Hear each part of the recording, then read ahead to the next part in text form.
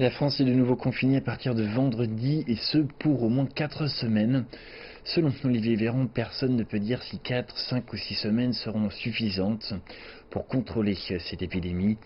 Face à la hausse des contaminations au Covid-19 et au risque de saturation des hôpitaux, Emmanuel Macron a annoncé le retour du dispositif mis en place en mars dernier avec ses restrictions de circulation, la fermeture des commerces non essentiels et l'obligation d'une attestation pour sortir de chez soi.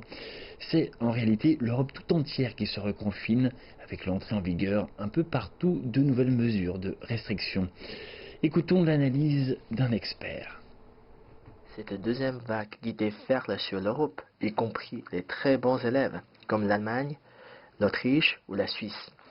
Si la France est la triste championne de contamination avec 35 000 cas quotidiens sur les 7 derniers jours, elle est suivie de près par le Royaume-Uni avec une moyenne de 20 000 cas quotidiens, puis l'Espagne et l'Italie autour de 15 000 cas chacun.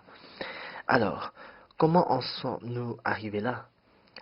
Parce que les Européens aiment trop la liberté, coûte que coûte. Mais trop de liberté tue la liberté. Il faut reculer maintenant pour avancer après. Par exemple, un semi-confinement centré sur les activités de loisirs qui pourrait ne pas suffire.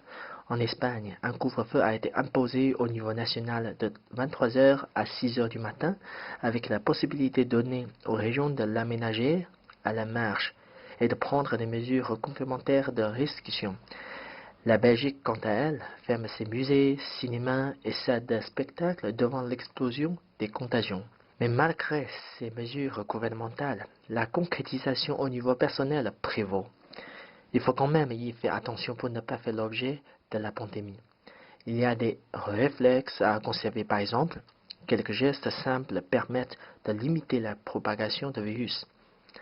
Se laver les mains toutes les heures ou utiliser du gel hydroalcoolique, tousser ou éternuer dans le pli de son coude, utiliser des mouchoirs à usage unique, éviter de se faire la bise ou de se serrer la main, porter un masque dans les espaces publics quand le respect des distances physiques n'est pas garanti.